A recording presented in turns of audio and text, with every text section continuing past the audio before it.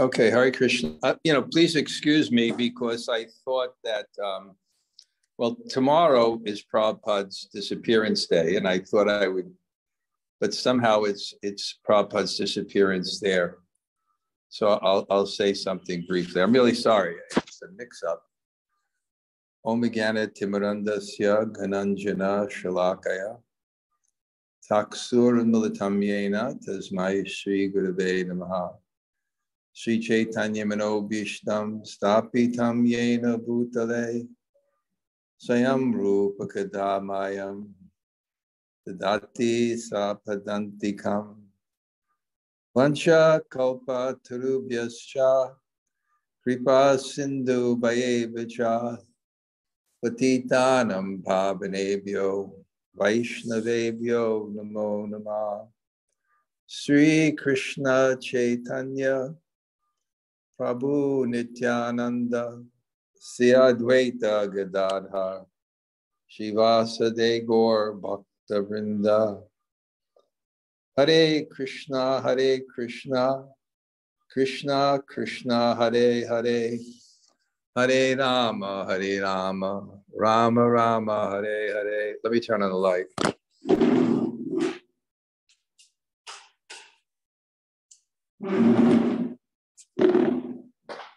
Okay.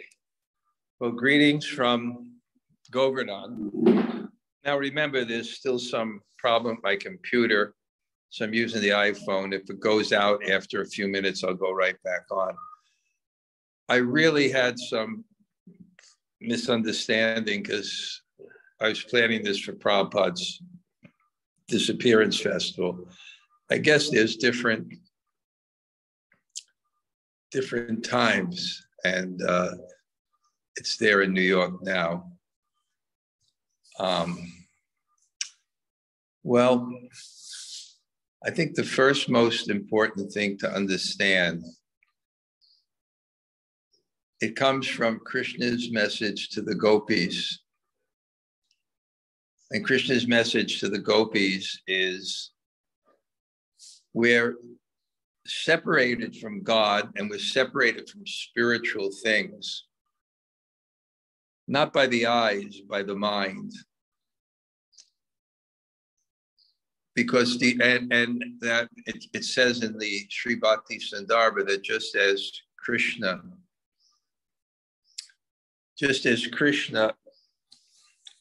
is not just a historical figure, the great souls are not just historical figures. And it means that by the mechanism of glorification and faith, you can approach them, they can reciprocate, and you can have a relationship with them. So sometimes on Prabhupada's disappearance festival, it's separation.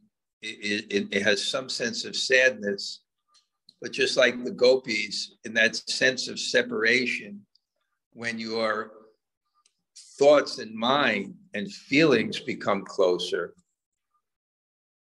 you actually have more access to them than you usually do. Yeah, I'm going to speak tomorrow, and I thought one thing that I would focus on is how important it is not just to hear particular pastimes of Prabhupada or Krishna, but to hear them in a way where you are focused on what it says about their mind. It's so important to understand the mind. In fact, the closest devotee of Lord Chaitanya, he's glorified because Sri Chaitanya Mano Bhishtam, Mano, the mind, of Bhishtam, he understood the secrets of the mind. So I thought there's one way to meditate on Prabhupada, and not just meditate on the activities, but what it says about his heart. And I was there in the last days. And what impressed me the most, in one sense, in Prabhupada's house, you couldn't get in to see Prabhupada. You had to go through a little room where his secretary was. And his secretary would give you specific instructions because Prabhupada hadn't eaten in 6 months, practically, just some pomegranate juice. So there was no fat between the bones and the nerves. And even one morning I was in there chanting my rounds and I heard Prabhupada scream, Hare Krishna, and his assistant asked me to help move Prabhupada's position in the bed. So even the environment had to be very, very much regulated. Even the kartals had to be played very, very, very, very softly. And you know, Prabhupada's bedroom was in the back, but towards the last days or last month or something, he moved his bed into his darshan area where he usually gave. In the beginning, he had like a little hall. And he opened up the doors 24/7. Anybody could come to see Prabhupada. So that was towards the very end. So it showed that, you know, when you're sick, you tend to become self-absorbed. But the first symptom of a spiritual person is you think of others before yourself. I even saw one book on japa meditation that says you should think of others before yourself. That's actually the basic principle of spirituality. The false ego is self-centered. It wants superiority. Superiority means control. It means the center. And you become narcissistic, where you look at the world in terms of your desires. So that's the tendency. But when Prabhupada became sick, you know, he was so focused. He was so focused on others. Even one time in his room, I remember he couldn't eat, but he was specifically asking what the devotees were eating and what was the quality of what the devotees were eating. So he had that kind of, and even you know, I just got an article published in the Journal of Vaishnav Study, the premier academic journal. So, and it was about Krishna Lila, that particular journal. And I wrote about Prabhupada and the Brahma Vimohan Lila. And the title of the article was The Final Lila. It wasn't the final Lila of Krishna. It was the final Lila of Prabhupada, his end days. And the significance of it, if you see the scene, I mean, it was really quite amazing. He's on his bed. He's in pain. I saw him in the courtyard, in the back courtyard. Sometimes I come, there's only 2 or 3 people there. He's in very internal mood. He's not speaking. But he's laying on his bed. And I think this is very significant. And he's struggling because, you know, at the end, you realize you only have a certain amount of breaths. So you can't, he was doing an intense, and sometimes it says the most intense activity is mental activity, writing. It's not that it doesn't exhaust you. Just because you're sitting down, there's something else that's working in such intensity. And he's sitting there, and the commentaries are being read by Pradyumna. That means there's 10 commentaries read, and Prabhupada has to assimilate them. and then speak them in a realized way and communicate them in his purports. And, the scene was just, he barely can hear. They had to hold the microphone to him. And I always had this wonder that, one, I do believe they're his deepest and most comprehensive purports,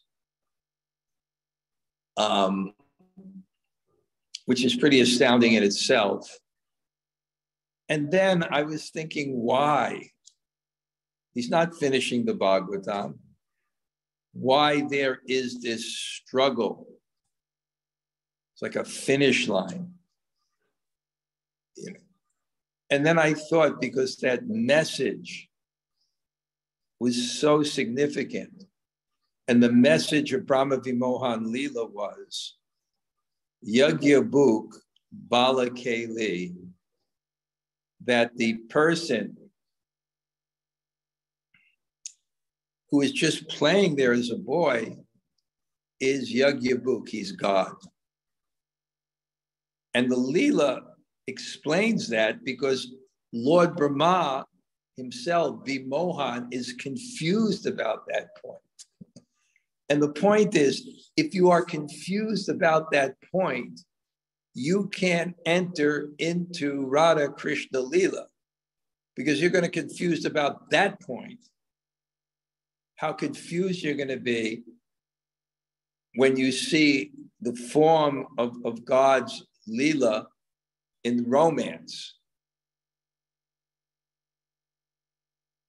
So, and that whole particular story most demonstrably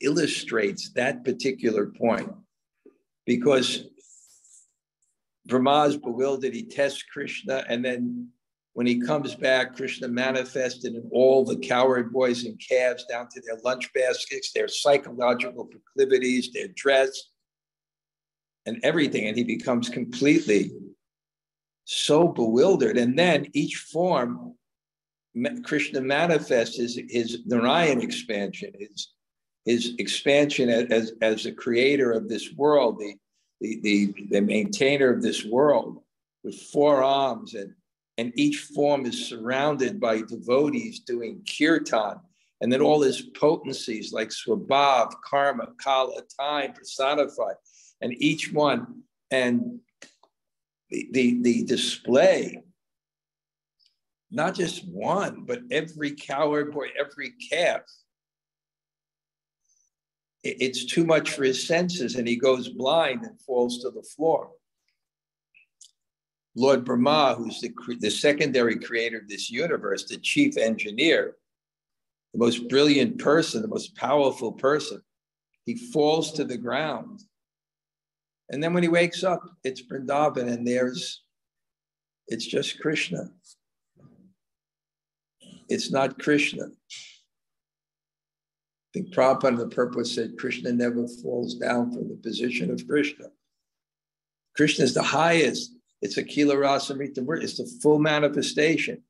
So it's so demonstrably demonstrated. And understanding that, you can understand the next Leela, because what happens now, all these pastimes are just Krishna as a boy near home. Now he gets the cows and he goes out to the forest. His body matures. The variety of pastimes increases. And then what happens? Then he sees the gopis. So Prabhupada struggles. You can sit right there, it's okay. I forgot I had class at 5. I was doing Prabhupada's Disappearance Festival, but they celebrated the day before. Just sit here, okay? So he so demonstrably demonstrates that. And I think Prabhupada struggled. He wanted to give us that image to following the mood of the Bhagavatam, that solidifying that concept, which Lord Brahma was bewildered about. but solidifying that concept so we won't be bewildered by Krishna as a young boy. Then he can go to the forest, he's away from the parents. And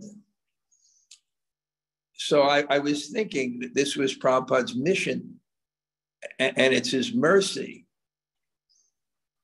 And it also indicated in Prabhupada's mission, and it becomes so relevant here in Govardhan, that our mission is to progress and enter into Krishna's pastimes.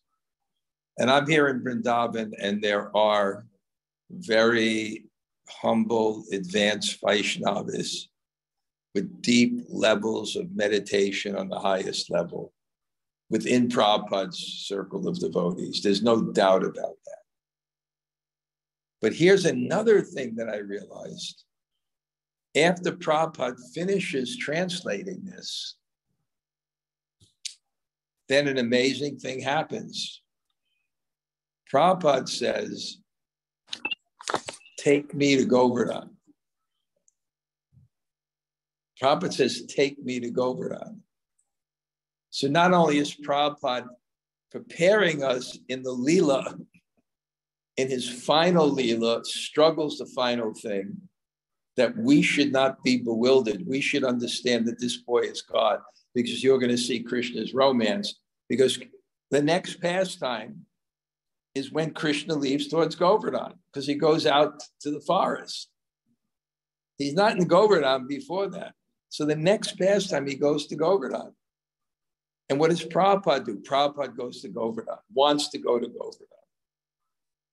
So I think this is an important part of Prabhupada's Leela, that he wants us to go to Govardhan.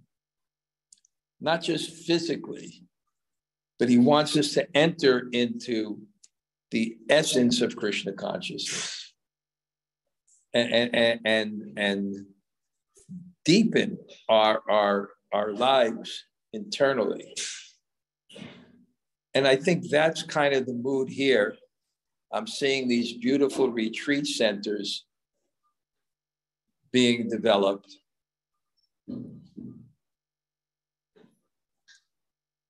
Yeah, come in. I didn't understand that it was Prabhupada's disappearance. So sit here. I'll finish this up at 6, and then we'll go in and we'll do Chaitanya Charitamrita. But sit. If you need chairs, do chairs. Very good. Come in. Move over here so you see me. I'm only here because I forgot to. Okay. I'm still bed. I just came from Ramadan. Great. Okay. Turn on the lights there too. Okay.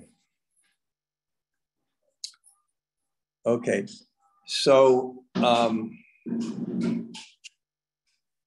yeah, okay, that's good.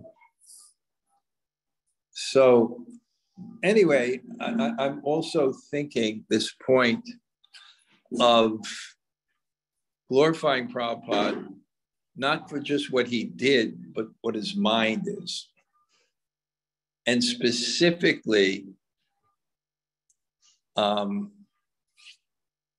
of his how he did things for others out of compassion, without personal consideration. We are immersed in personal consideration. Our anxieties, our ambitions, our hates, our disturbances. So he's so focused on that. And I think one great example, which I was there, I think it's an amazing example, is Prabhupada was so ill. Prabhupada was so ill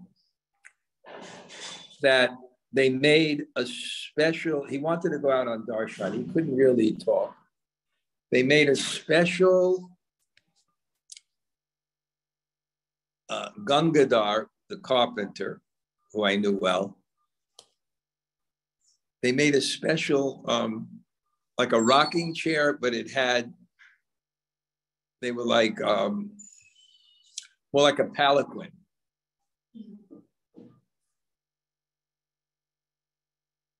Okay, come in.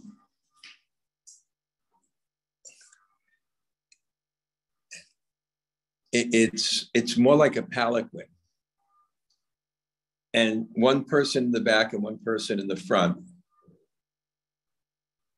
And they would carry Prabhupada up from his room. And they'd bring him, why don't you come up so I can see you? It's just, and usually I'm there, but my phone is not charging. Yeah, it's good. So they would carry Prabhupada out every day. And he was very grave. Grave means you don't understand the person's mind. It's one of the qualities of Krishna.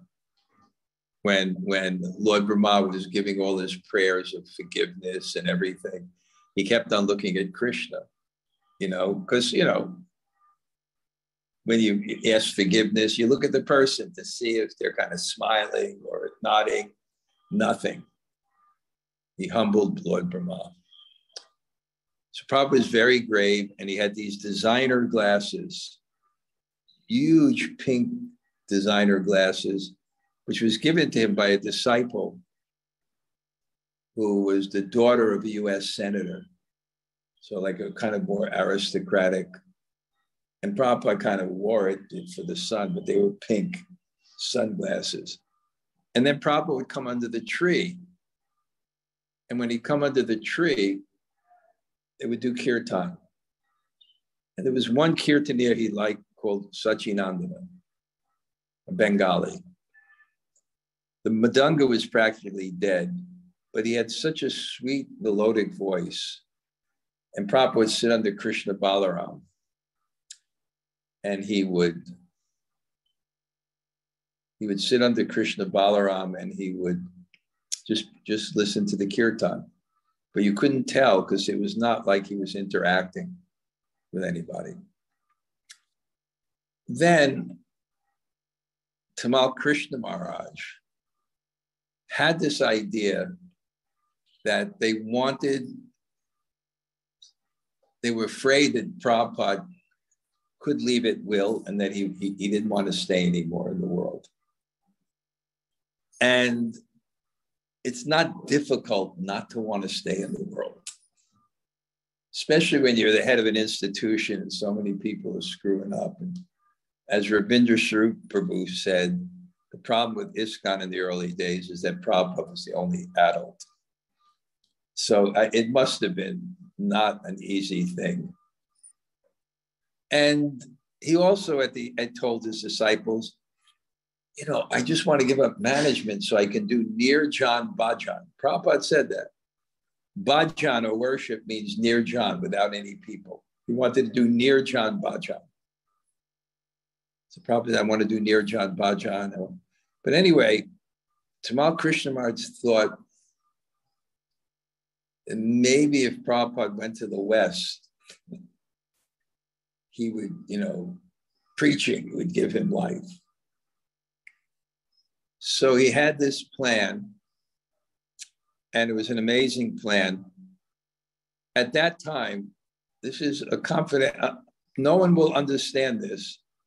There were great Madanga, there were great musicians in the movement. Dinanath, Vishnu John, there's so many, Agni Dev. But one of the best Madanga players in the whole movement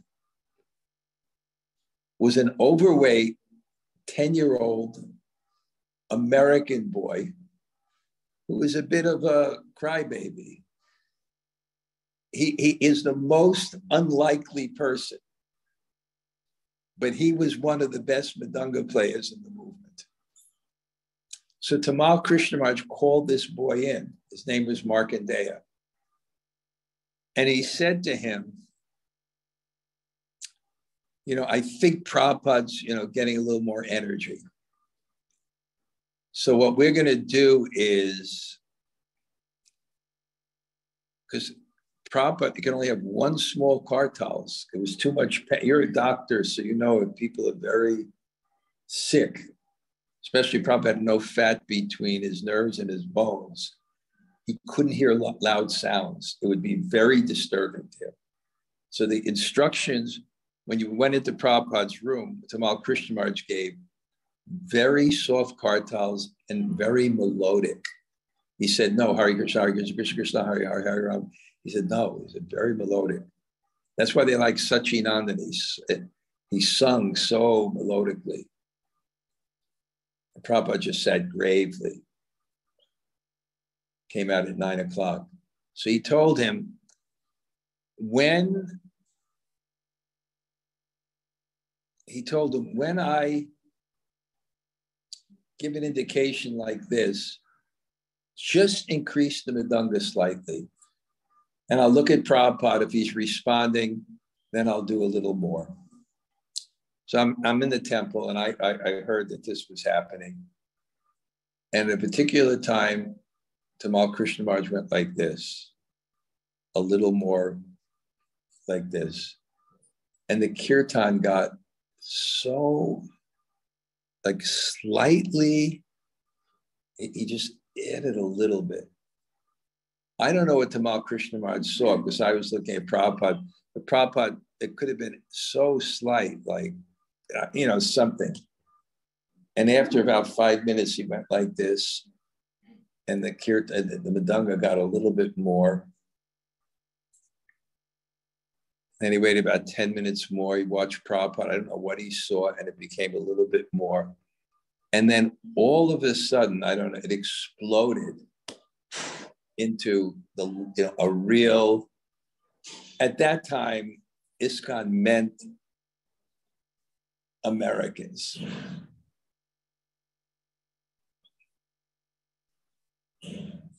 What's going on there? What? Who? Okay. Who? Haribo. Okay. Okay. Okay, I'm getting it.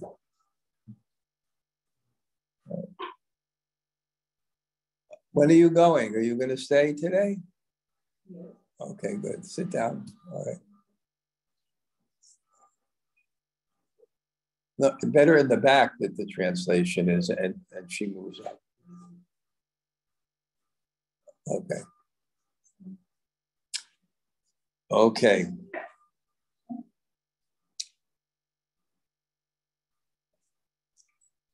So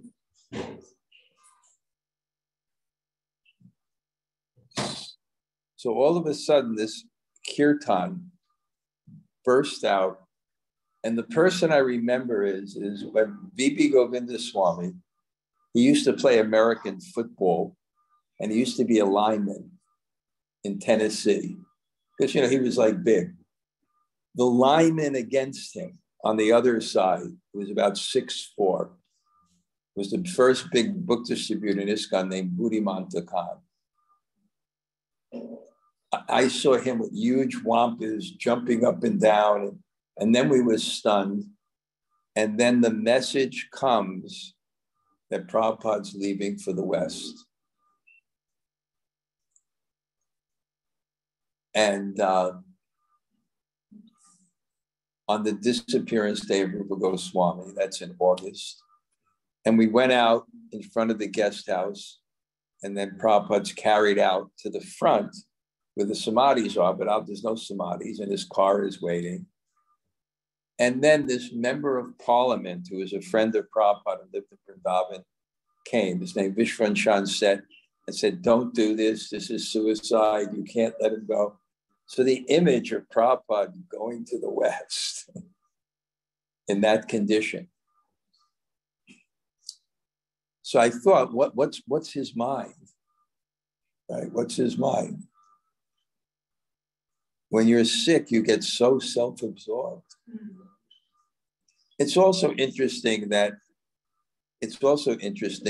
he, a nice example, he said, never take me to the hospital. I'm not dying with tubes in my body. And we also saw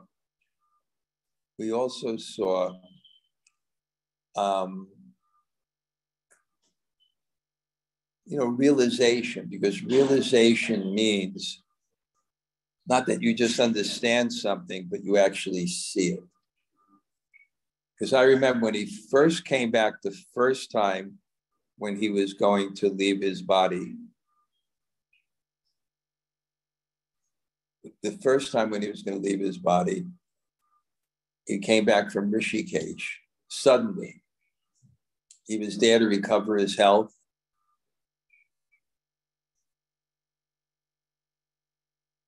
He was there to recover his health. And all of a sudden his legs swelled up. And there was a storm, and the shutters, the wood shutters, we're staying in a place called Ganga Darshan. Where are the children? They're okay?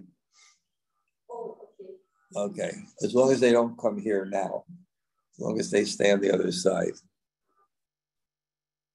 Okay, because yeah. So, so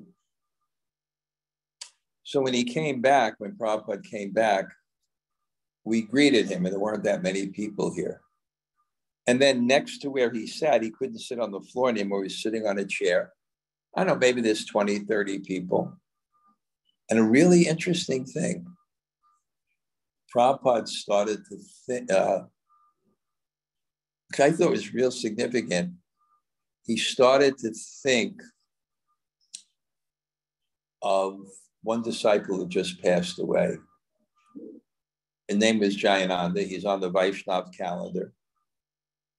And a little softer, just because I need a little more concentration here. And Prabhupada kept on saying, he helped me so much, he helped me so much.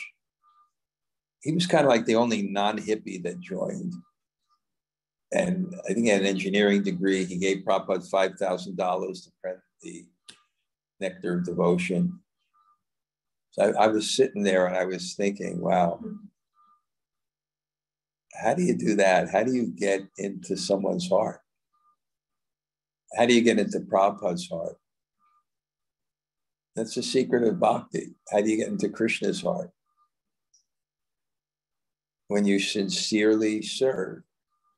Service is the manifestation of love. That's why Prabhupada said devotional service, bhakti. He didn't just say an emotion. He said it's an emotion that's expressed. And I give that definition of bhakti as, bhakti is best expressed by seva, which is loving responsiveness to the Lord through the faculties of the mind, body, and words. So you express your love by service. And what does that do?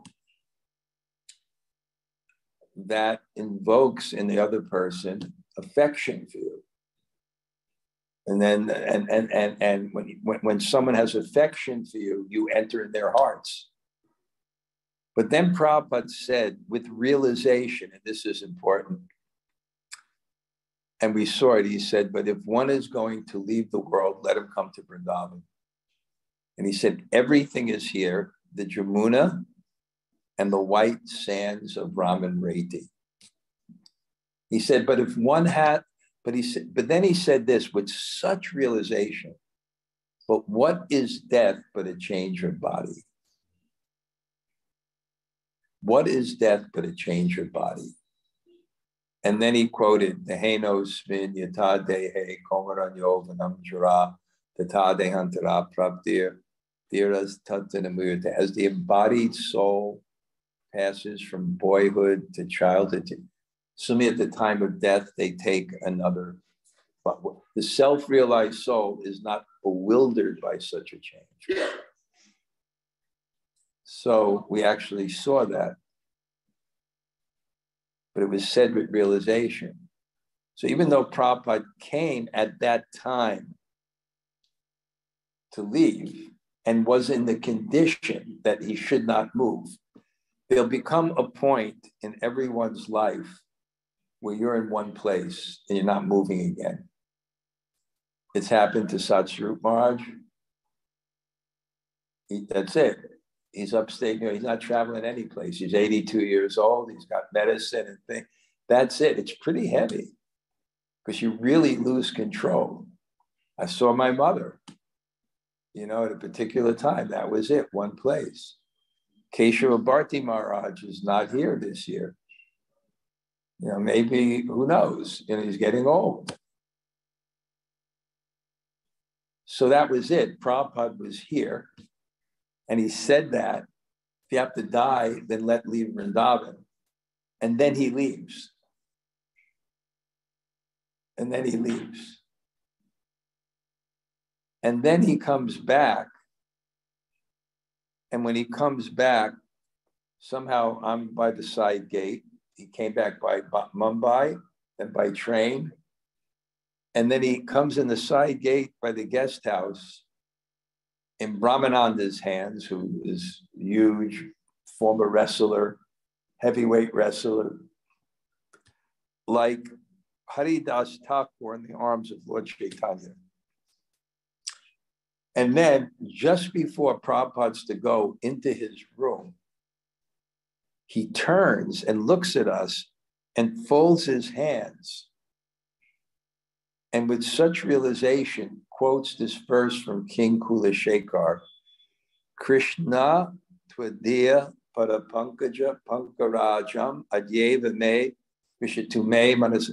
Let me die now when the swan of my mind is entangled with the lotus of your feet. Otherwise, how at the time of death, when I'm choked up with mucus and bile, will I remember you? And then, he's in his room and he opens it up completely. Because I remember it used to be, and what they did is they opened it up through the back. Because one time, Prabhupada's godbrother, Akinchana Krishnadas Babaji, who Prabhupada said was a Paramahamsa, the highest, he was in the front door, but it was locked. And then Bibi Govinda Swami said, no, you go around the back. So he went in. And then Bibi Govinda Swami went to look and see what was happening. And he heard Prabhupada say, Tandara Charana Seva Bhakti Sanivas Janame Janame Hoy A Abhilas. Tandara Charana Seva Bhakti Saniva. I want the association of the pure devotees, life after life. And then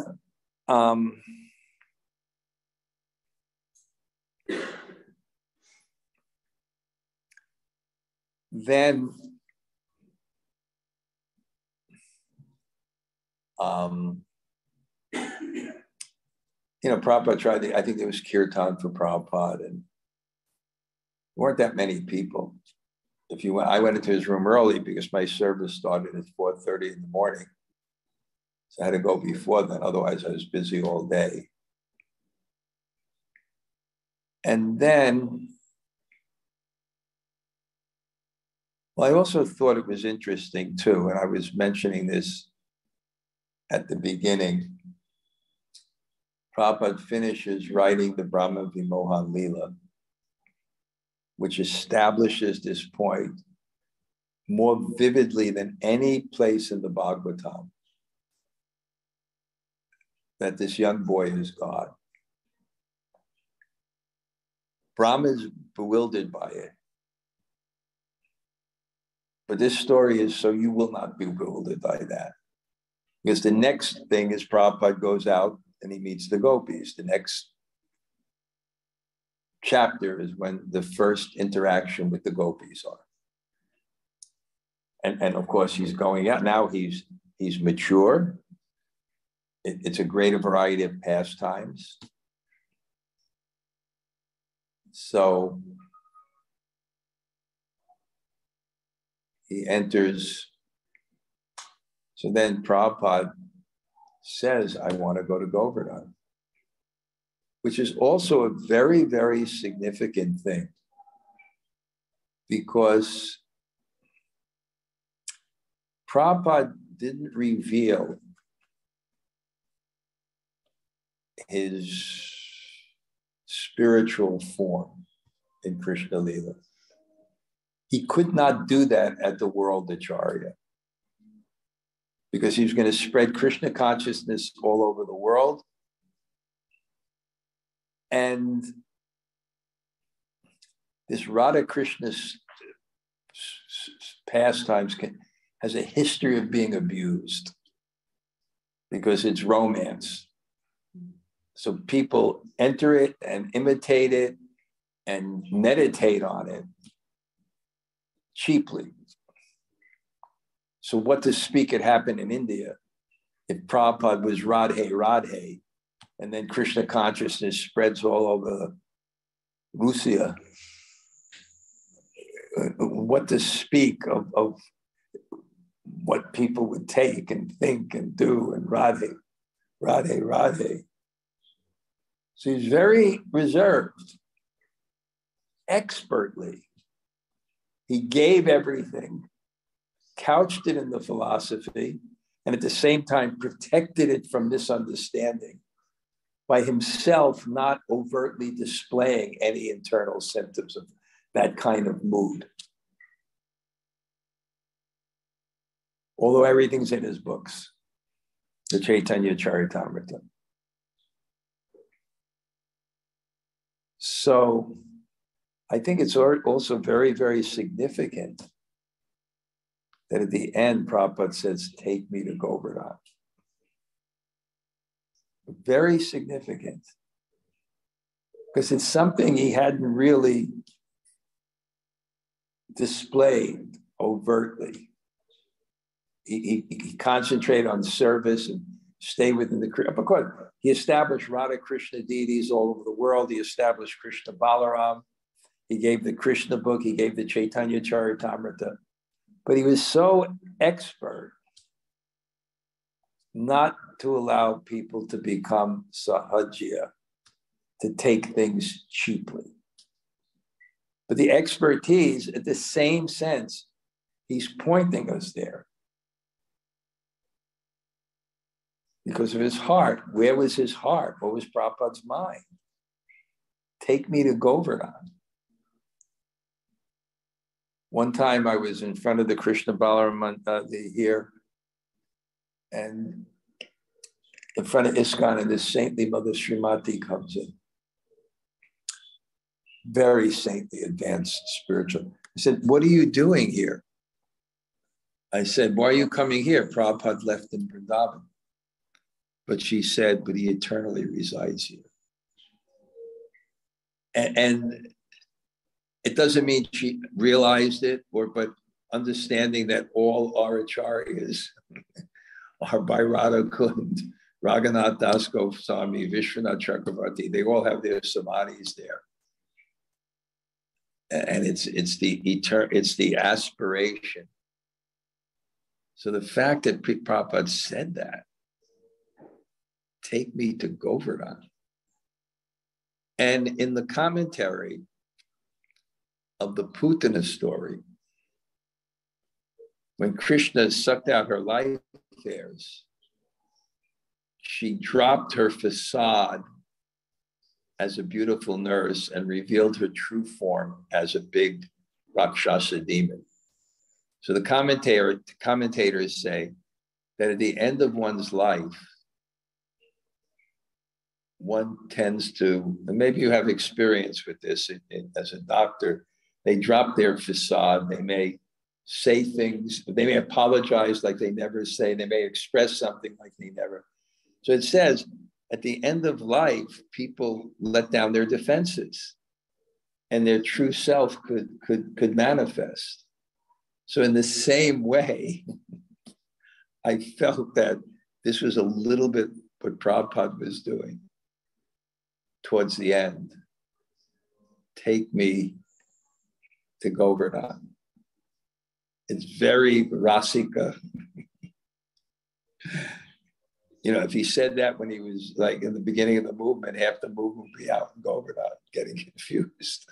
So he said, take me to Govardhan.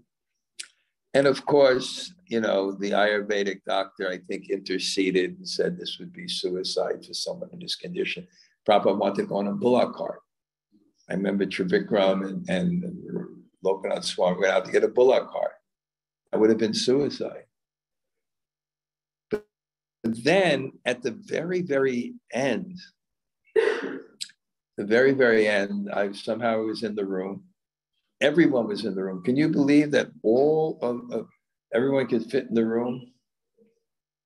Everyone in the project could fit in the room. And then there was kirtan.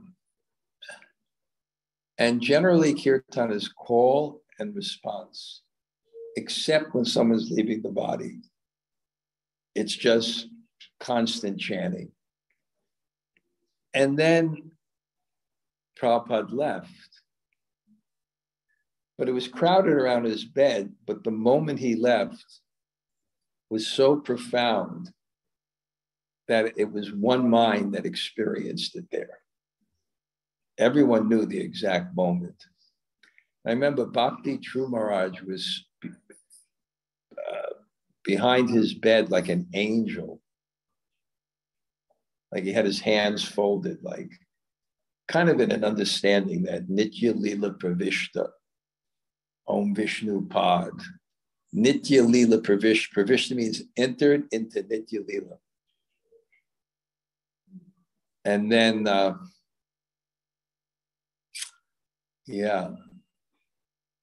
And then I remember 10 days, 11 days after Prabhupada passed, and they have the ceremony, because there's this kind of duality when someone leaves. What's the tragedy? The soul's eternal. It's glorious. Person enters into Krishna's Nitya Lila. Oh, all the problems, all the relationship problems, the world, and this, and insulting this and that, and he did this to me, and she did this to me, and it just goes on and on and on. Nitya Lila Pravishta.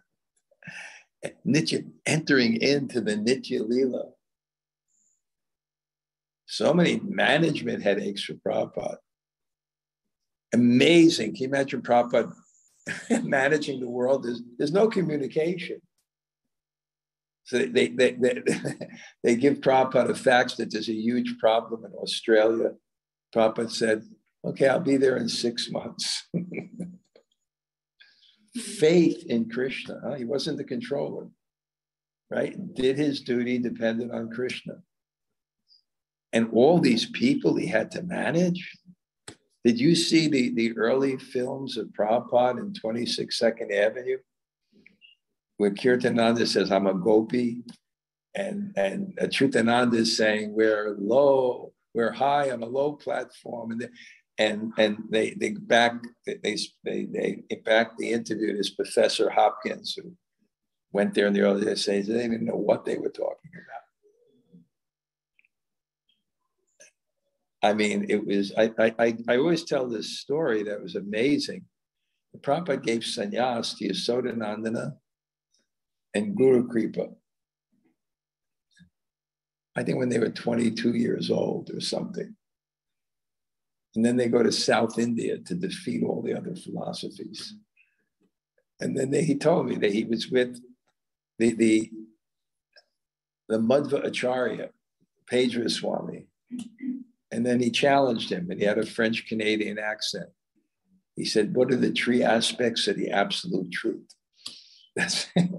And the Pedra Swami was laughing. Look at these kids, right? Prabhupada had to have so much faith, right, in Krishna. If he was the controller, and he had all these young people, and I wrote an article called, there's a book called Lord of the Flies about kids being stranded on an island, and one guy, Ralph, becomes in charge. It's like he's so immature, but because he's the oldest, it's, and when Prabhupada, he once said that,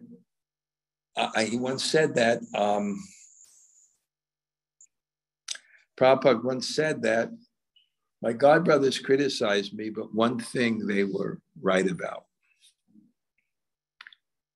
He said, I gave young people sannyas. He said, but what can I do when there are no trees in the forest? The castor oil tree looks big. Castor oil tree is very big. Okay, probably giving these young men sannyas, and I'm listening now to these early tapes of Prabhupada when I do my puja.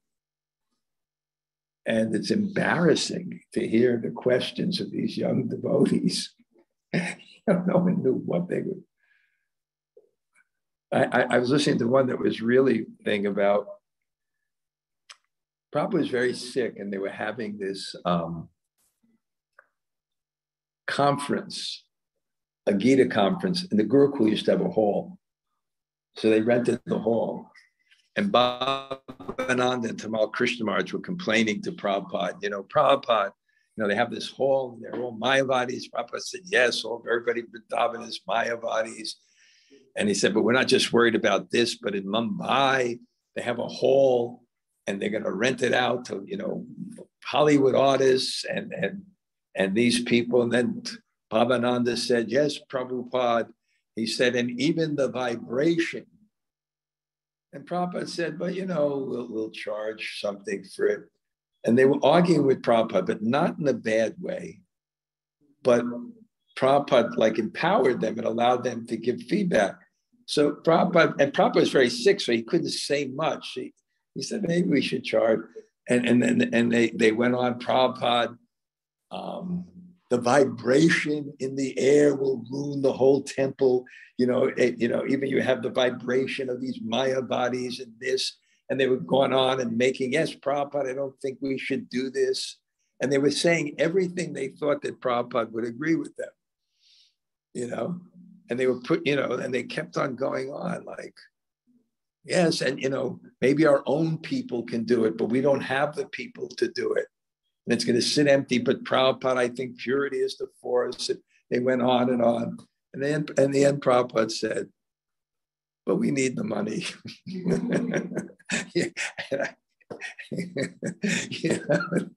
It was just, it was just watching this whole thing go on,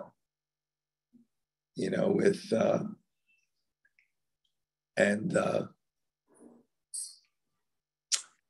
yeah, and then I guess when I first saw Prabhupada was in 71 when he arrived in the airport, which is called JFK. Yeah, okay, it was JFK then. When I grew up, it was called Idlewild Airport. It was JFK, and there was no TSA. The devotees could go in. And Prabhupada would often say, and it was true because a lot of the American boys and girls were hippies, which meant basically they're from good families because they used to work. Not like that, but America was so opulent then. You didn't have to work in America. I'm visiting some friends, they were in Hollywood, they had an apartment. That must be a fortune now. They weren't even working.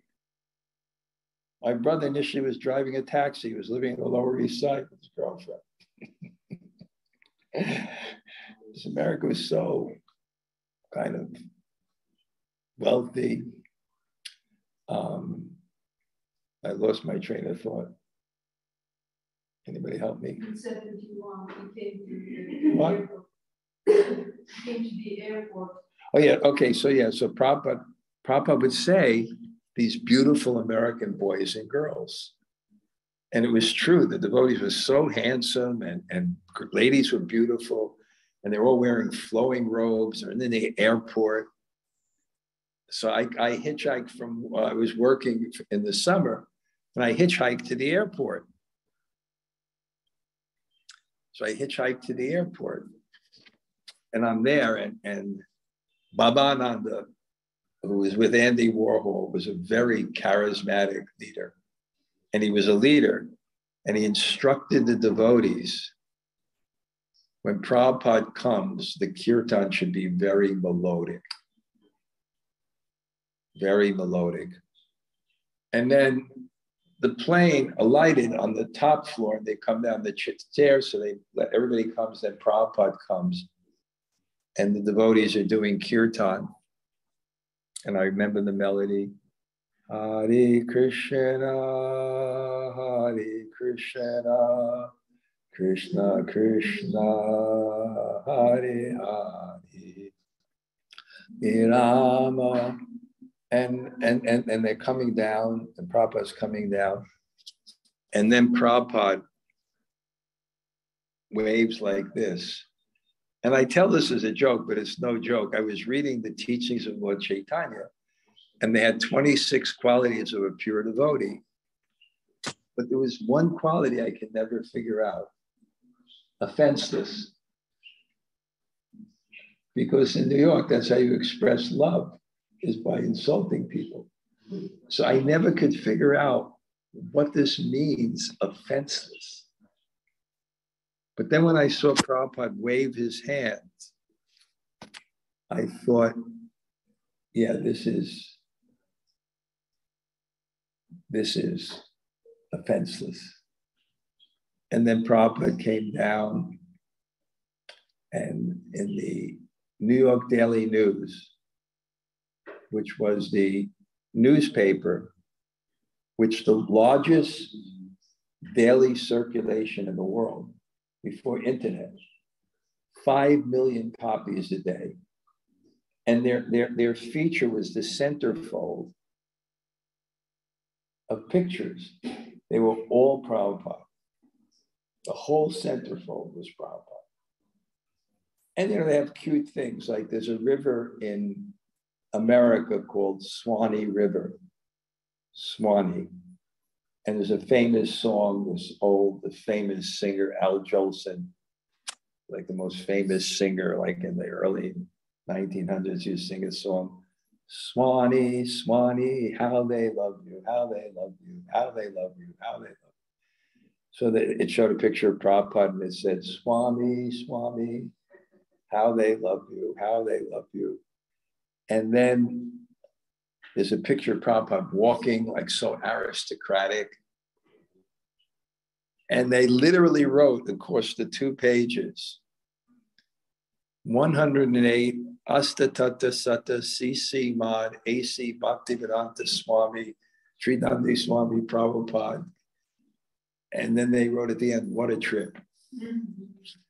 And then I always tell this kind of story, which is interesting. My parents really didn't like me to go to the Hare Krishnas. And on the 11 o'clock news, they're watching. And there I am, dancing with the devotees. And then there was a famous newscaster called Harry Reisner. And then they said, and now, hooray, Reisner, with the news. Anyway, I think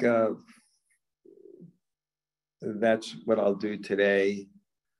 I wasn't really prepared.